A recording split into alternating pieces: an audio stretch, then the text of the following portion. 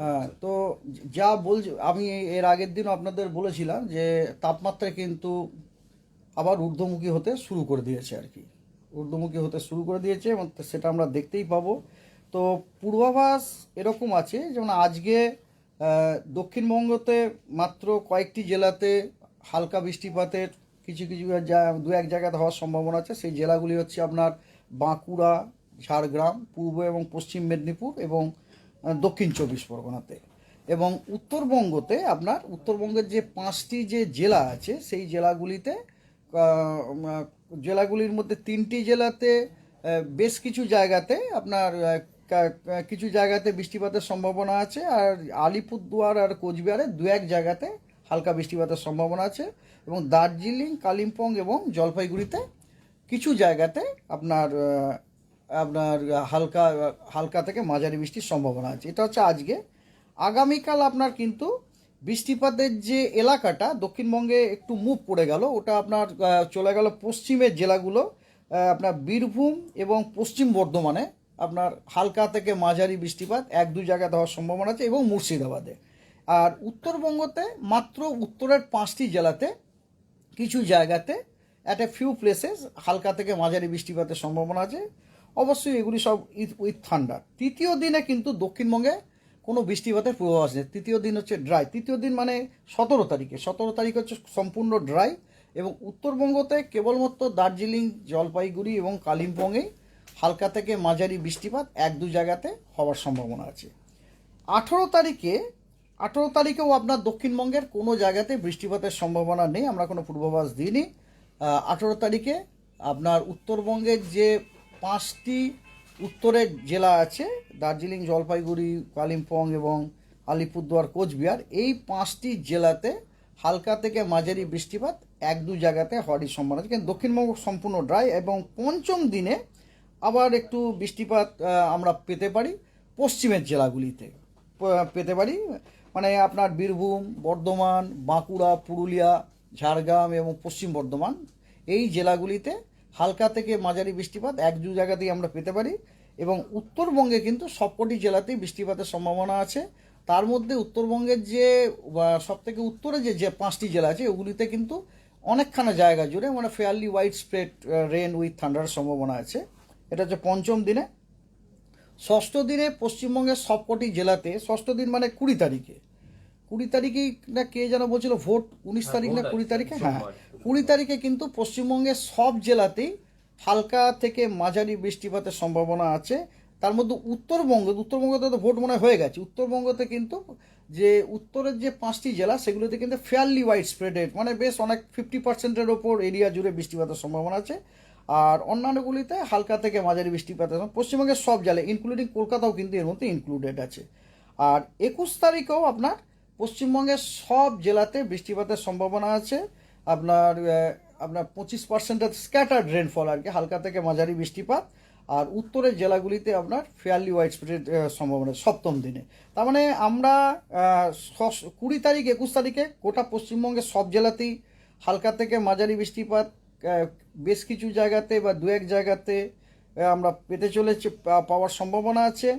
আর 19 তারিখে খালি পশ্চিমের জেলাগুলিতে, 17 এবং 18-তে দক্ষিণবঙ্গের কোনো জেলাতেই বৃষ্টিপাত নেই, 17, 18-তে। এবং 16 তারিখ মানে আজকে তো আপনাদের বললামই, বীরভূম, পশ্চিম বর্ধমান এবং মুর্শিদাবাদে। এই গেল আপনার ওয়েদার। এরপর আসছে আপনার আপনার কি বলে ওয়ার্নিং। এবারে কথা হচ্ছে কি, আমরা অ্যাকচুয়ালি ওয়ার্নিংটা আমরা চতুর্থ এবং পঞ্চম দিনের জন্য ওয়ার্নিং দিয়েছি। সেই ওয়ার্নিংটা হচ্ছে যে আবার কিন্তু আমরা হিট ওয়েভ পাওয়ার পেতে চলেছি আর কি। দ্যাট ইজ 18 তারিখে দক্ষিণবঙ্গের আপনার বেশ কয়েকটি জেলাতে আমরা হিট ওয়েভের সম্ভাবনা আছে। সেগুলি হলো পশ্চিম মেদিনীপুর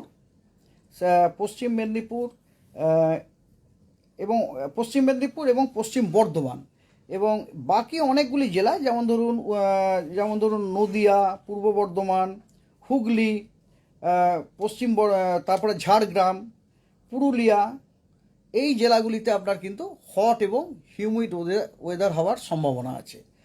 মোস্ট ইম্পর্টেন্ট হচ্ছে আপনার উত্তরবঙ্গেরও কিন্তু জেলাগুলিতে আমরা হট এবং হিউমিড ওয়েদারের সতর্কবার্তা দিয়েছি। সেগুলি হচ্ছে মালদা, এবং উত্তর এবং দক্ষিণ দিনাজপুরে। আর দার্জিলিং এবং কালিম্পংয়ে 18 তারিখে আমরা আপনার বজ্রবিদ্যুৎ সহ বৃষ্টির সম্ভাবনা দিয়েছি। ঠিক আছে। স্যার এই যে বৃষ্টি হবে বলছেন, এটার কারণটা যদি একটু বলেন। অ্যাকচুয়ালি ওই উত্তরবঙ্গতে আপনার এই যে বৃষ্টি যেগুলো আপনার বললাম 2-1 দিনের যে বৃষ্টিটা বললাম, এটার জন্য বড় কোনো সিনপ নেই। এটা হচ্ছে ডিউ টু হিটিং থান্ডার আর কি, আর কিছু না এই হিটিংটা।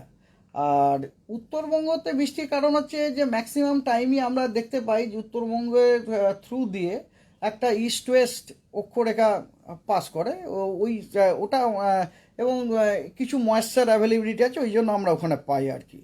হ্যাঁ, উত্তর 20-21 তারিখ যে পশ্চিমবঙ্গের সমস্ত জেলা 20-21 তারিখে অ্যাকচুয়ালি 20-21 তারিখে কী হচ্ছে আপনাকে আমি বলছি। 20-21 তারিখে না, প্রথম কথা যে সাউথ ওয়েস্টার্লি ফ্লো প্রচণ্ড রকম হচ্ছে আর কি 20-21 তারিখ আমরা এটা দেখলাম।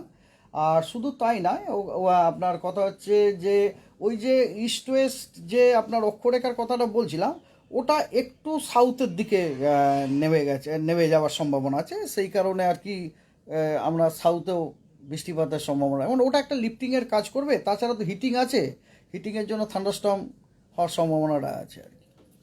18 তারিখে বললেন যে হিট ওয়েভ, 20 তারিখে ওয়েদারটা কি মানে ওই দিন আরো মানে ভোটের দিন কমবে, মানে ওই দিনটা 20 তারিখটা হচ্ছে আপনার ষষ্ঠ দিন হচ্ছে। 20 তারিখের জন্য আমরা কিন্তু কোনো ওয়ার্নিং দিতে পারি না ভাই। ওয়ার্নিংটা আমরা 5 দিনের দিই, মানে 19 তারিখ পর্যন্ত দিতে পারি। মানে গরম কেমন না ওই দিন টেম্পারেচারটা কেমন থাকবে আর কি, সেটা ভোটের টেম্পারেচার না, টেম্পারেচার কিন্তু ম্যাক্সিমাম টেম্পারেচার কিন্তু আপনার আগামী 5 দিনে আপনার 2 থেকে 3 ডিগ্রির মতো টেম্পারেচার কিন্তু বাড়ার সম্ভাবনা।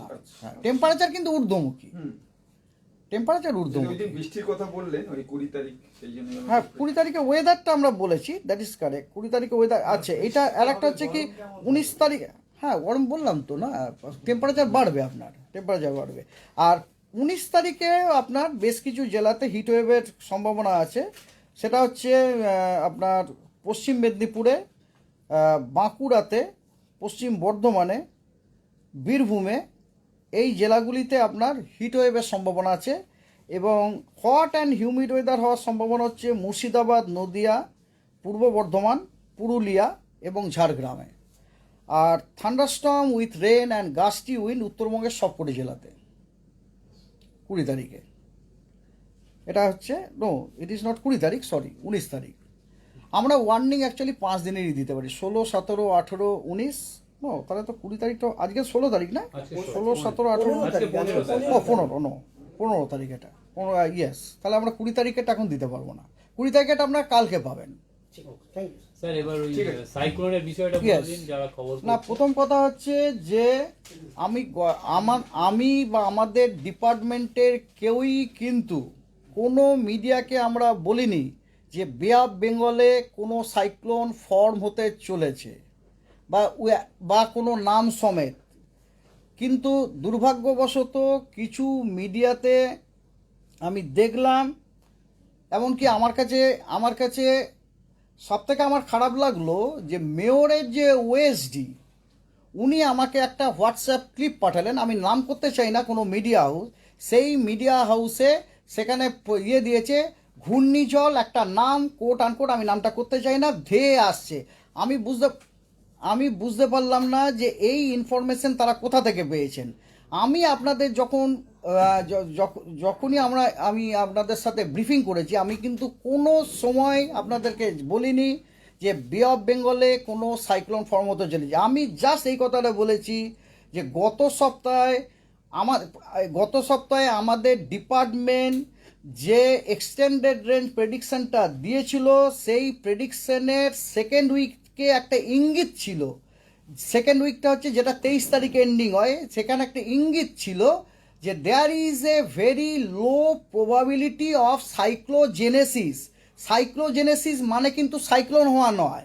সাইক্লোজেনেসিস মানে একটা লো প্রেশার হওয়াটাকেও সাইক্লোজেনেসিস বলা যেতে পারে, এটা আমাদের সাইন্টিফিক টার্ম।